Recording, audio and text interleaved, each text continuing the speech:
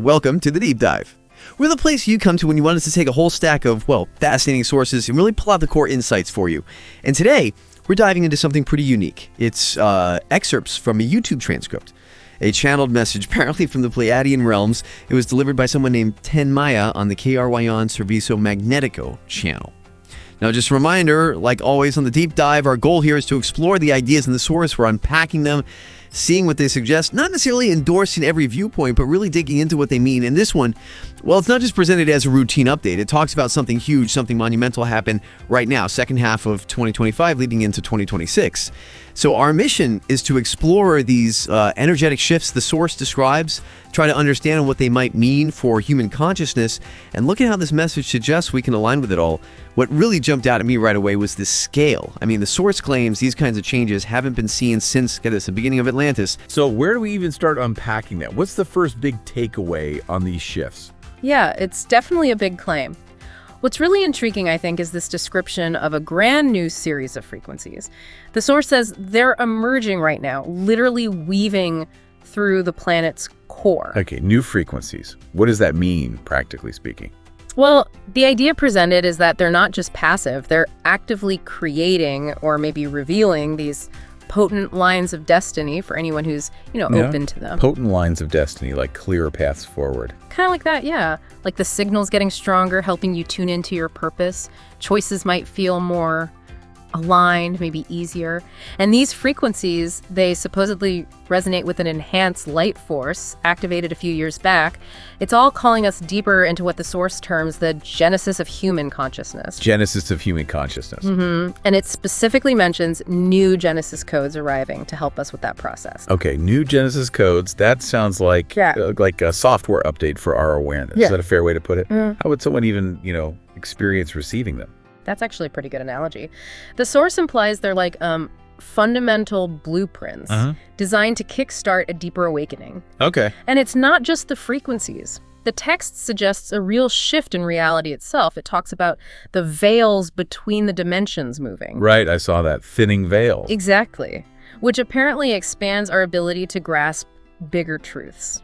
So what does that feel like for someone listening? What's the personal experience? Well, the source describes it as your entire being, physical, energetic, the whole package realigning. It mentions crystalline blue light currents. Crystalline blue light. Yeah. Imagine your energy system getting a kind of purification and upgrade, making it easier to access intuition, what it calls your higher knowledge. And there's this crucial detail mentioned. Earth's preparation field is showing a new geometry. A new geometry?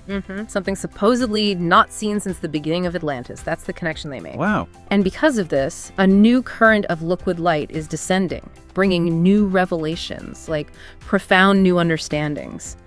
Putting it all together, the message suggests we're basically standing at a timeless threshold for your direct rebirth. A threshold for rebirth? Yeah. That sounds incredibly significant, deeply internal. So how does all these huge energetic things actually impact our physical selves, our day-to-day sense of who we are?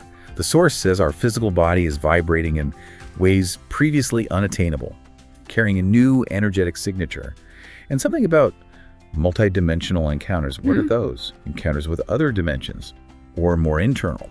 It seems to be presented as primarily an internal experiential shift, though it might influence how we perceive things externally too. This whole period, according to the source, keeps redefining us. It forges an elevated viewpoint. We see ourselves more clearly. Elevated viewpoint. Yeah. And it mentions higher councils in synergy with the Pleiadian realms are ready to support what it calls this fluorescent phase of revelations. Fluorescent phase, like things becoming brightly lit. Right. Kind of, yeah. A blossoming of awareness. This expansion lets you see your life from a multidimensional perspective. And the goal, remembering your infinite nature. Right. The source literally says your cells are being electrified by new downloads of consciousness, aligning you with your higher aspects. Electrified cells. That's quite an image. It is. Think of it like a subtle but deep internal rewiring, Yeah. making you more sensitive, more aware of, deeper stuff, both inside and out. That's really profound. And it mentions these Genesis currents, again, calling them the key to your evolution, and acting as portals magnetizing you to deeper layers of your heart space. Why the focus on the heart? What's the significance there? That's a really central point in the message. It asks, where is our deepest connection? And according to the source, it's right there in the heart. You're linked to the universal collective consciousness. Universal collective. By surrendering to that heart anchor, you apparently integrate more fully into your sacred design, the tapestry of who you really are. The source even says your very cells receive an infusion of authenticity. An infusion of authenticity. Yeah, gently reminding you, as it puts it, you are the ones you have been waiting for. It also talks about an extraordinary alliance recently renewed, offering a way beyond separation, past linear thinking, into the sacred and infinite potential of your own being. So the heart is framed as the doorway to all of that. Okay, so we've got these massive shifts, internal restructuring, heart connection. How does this source suggest we actually live day to day with all this? It gives some pretty direct advice, right? About pausing the struggle. It does, yeah. Pause the struggle and surrender to acceptance. That's the phrase used. Surrender. Yeah. What does that look like in practice? Does it just mean giving up? Not giving up, more like. Shifting how you engage. Moving away from needing to control every little detail, every outcome. The message emphasizes these transitions are redefining you anyway, giving you that elevated view we talked about. Right. And interestingly, it suggests that as you practice turning inward for guidance, the mistakes you make diminish, like significantly. Over 90% reduction, it claims. Wow. Yeah. Now, it clarifies you might not always get specific, like step-by-step instructions, but you'll feel, or the source says you will feel, this inner certainty of the Creator's I am. Inner certainty.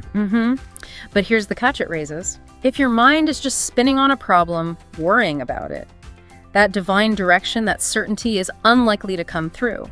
Only when you withdraw your thoughts from the problem, let your soul rest, free your mind from the worry. Only then does that comforting certainty arrive. So it's really about creating that quiet internal space, not dragging our anxieties into our quiet time. How does this apply to big, concrete life stuff like finding a job or deciding where to live? Those things usually cause anxiety. Right, and this is where the guidance gets really specific, almost like a technique. Yeah. The source advises that if you're caught up in anxiety and that personal sense of self worrying about it, the guidance gets fuzzy. So the moment you feel that concern about the outcome bubbling up, the advice is to step back internally and affirm something like, what does this really have to do with my true self? Interesting framing. Yeah, and then this isn't my personal problem, this is the Creator's project. The Creator's project, okay. And this principle, it says, applies across the board. Buying a house, selling one, relationships, career. Whenever that anxiety hits, the inner response should be, what's this got to do with the true self? This life unfolds in a God-held, God-sustained, God-governed universe. That's quite a statement to make internally. It is, and it continues. I am a starseed of the Most High and choose to live as a God-governed being. By doing that, the source suggests you let go of the illusion that your small, everyday self has to manage and control everything. And that's when miracles become natural. Is that what it said? That's the phrase used, yeah. Miracles become natural. Because frustration and failure, according to this message, stem directly from trying to cram the infinite, that divine guidance into a problem defined by our limited, finite minds. That's a really radical way to think about tackling problems. Letting go of the personal stake almost entirely. It also touches on abundance, which often comes up. But this source has a particular take, doesn't it? It does. Abundance has little to do with the numbers in your bank account. Abundance is a state of mind and a way of being. What's the deeper meaning there, according to the text? Well, it's making a really key distinction. It's encouraging us to liberate our focus from money being the only measure or even the main necessity. Right, less focus on the dollars themselves. Exactly, and instead concentrate on the joyful experiences and creations the soul actually wants to manifest. The idea is, as we shift into these higher vibrations it talks about, we'll find we can manifest what we need more easily without becoming, quote, slaves to the concept of money. So true abundance isn't about wealth, it's about internal state. Precisely. The source defines it as a state where you feel content, complete, and connected, and crucially, independently of external circumstances. So happiness, fulfillment, they're presented as things already inside you, not dependent on acquiring stuff. That's the core message there, yeah. Always accessible within. Okay, so if abundance is internal and we're undergoing these huge shifts, what does this unlock in terms of the bigger human story? The source really urges us to remember our true past, to understand our future. It says Earth's divine memories are stored in our DNA. Yeah, this part is fascinating. It links planetary memory to physical changes on Earth.